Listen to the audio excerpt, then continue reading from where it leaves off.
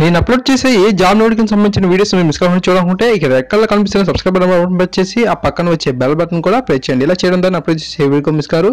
ఈ వీడియోని తప్పకుండా లైక్ చేసి మీ ప్రతి ఫ్రెండ్కి ఫేస్బుక్ ద్వారా వాట్సాప్ ద్వారా షేర్ చేయడం ద్వారా అందరికీ బాగా యూజ్ అవుతాయి. Hi guys, the Mahesh friends. ఆంధ్రప్రదేశ్లోని డిఎస్సి కంటే ముందుగానే మనకు టెట్ అనేది కండక్ట్ చేస్తున్న విషయం తెలిసిందే. సో ఈ యొక్క టెట్కి సంబంధించి మార్గదర్శకాలు అనేవి నిన్న రాత్రి మనకు రిలీజ్ అయ్యాయి. నోటిఫికేషన్ అనేది మనకు ఈ రోజు రిలీజ్ అవ్వబోతుంది. సో మార్గదర్శకాల విషయానికి వెళ్ళిపోదాం. కింద డిస్క్రిప్షన్లో మీకు సాక్షి పేపర్ యొక్క లింక్ ఇస్తాను, ఓకేనా ఫ్రెండ్స్. అది మీరు డౌన్లోడ్ చేసుకొని చూడొచ్చు. మనకు ఈ యొక్క టెట్ ఎగ్జామ్ అనేది ఆన్లైన్ విధానంలో కండక్ట్ చేస్తున్న విషయం తెలిసిందే. మనకు ఈ యొక్క టెట్లో మనకు 2 పేపర్స్ ఉంటాయి. 1 నుంచి 5వ తరగతి టీచర్ పోస్టుల కోసం ఎవరైతే ప్రిపేర్ అవుతున్నారో వారు పేపర్ 1 రాస్తారు.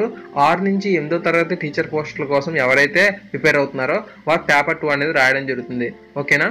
మనకు ఈ యొక్క టెట్ పేపర్ 1 పేపర్ 2కి రాయడానికి అభ్యర్థులకు ఉండవలసిన అర్హతల విషయానికి వెళ్ళిపోదాం. టెట్ పేపర్ 1కి దరఖాస్తు ఎవరైతే చేస్తున్నారో సో వారికి ఇంటర్మీడియట్లో 50% స్కోర్ అయితే ఉండాలి. ఒకవేళ కనుక మీరు ఎస్సీ కానీ ఎస్టీ కానీ బీసీ కానీ వికలాంగ అభ్యర్థులు అయినట్లయితే మీకు 45% అనేది ఇంటర్మీడియట్లో వస్తే సరిపోతుంది, ఓకేనా ఫ్రెండ్స్. అంతేకాకుండా మనకు డిఈడి కానీ స్పెషల్ డిఈడి కానీ బిఎల్ఈడి కానీ పూర్తి చేసి ఉండాలని చెప్పి ఇక్కడ మనకు ఇవ్వడం జరిగింది.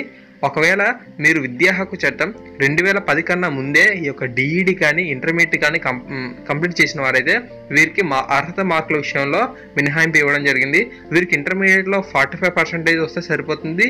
డిఈడిలో అంటే ఎస్సీ ఎస్టీ బీసీ వికలాంగ అభ్యర్థులకు డిఈడిలో 40% మార్క్స్ వస్తే సరిపోతుందని చెప్పి ఇక్కడ ఇవ్వడం జరిగింది, ఓకేనా ఫ్రెండ్స్. ఇది విద్యా హక్కు చట్టం 2010 కన్నా ముందు కంప్లీట్ చేసిన వారికి ఈ యొక్క ఎలిజిబిలిటీ ఇచ్చారు. టెట్ పేపర్ 2 అర్హతల విషయానికి వెళ్ళినట్లయితే ఎవరైతే ఈ యొక్క టెట్ పేపర్ 2కి దరఖాస్తు చేసుకుంటున్నారో వారు బీఏ కానీ బీఎస్సీ కానీ బీకామ్లలో కానీ కనీసం 50% మార్కులు సాధించి ఉండాలి.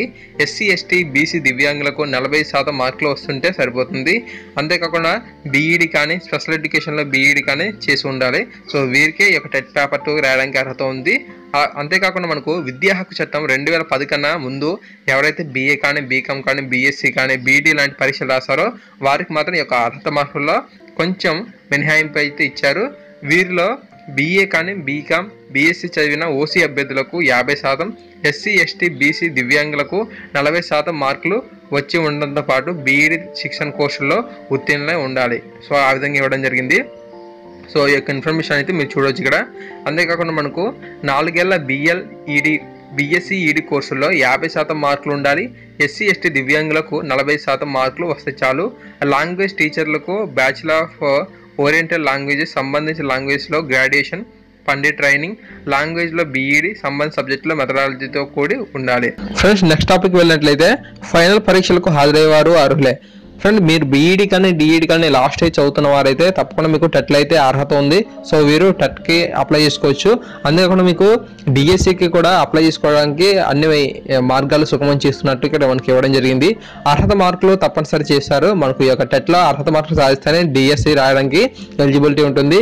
జనరల్ అభ్యర్థులు ఎవరైతే ఉన్నారో వారికి మనకు 60% స్కోర్ అయితే ఈ యొక్క టెట్లో సాధించాలి. బీసీలకు 50% సాధించాలి. బీసీలు 50% సాధించాల్సి ఉంటుంది. ఎస్సీ ఎస్టీ దివ్యాంగులు మాజీ సైనికోద్యోగులు ఎవరైతే ఉన్నారో వీరు 40% మార్కులు అయితే సాధించాల్సి ఉంటుంది.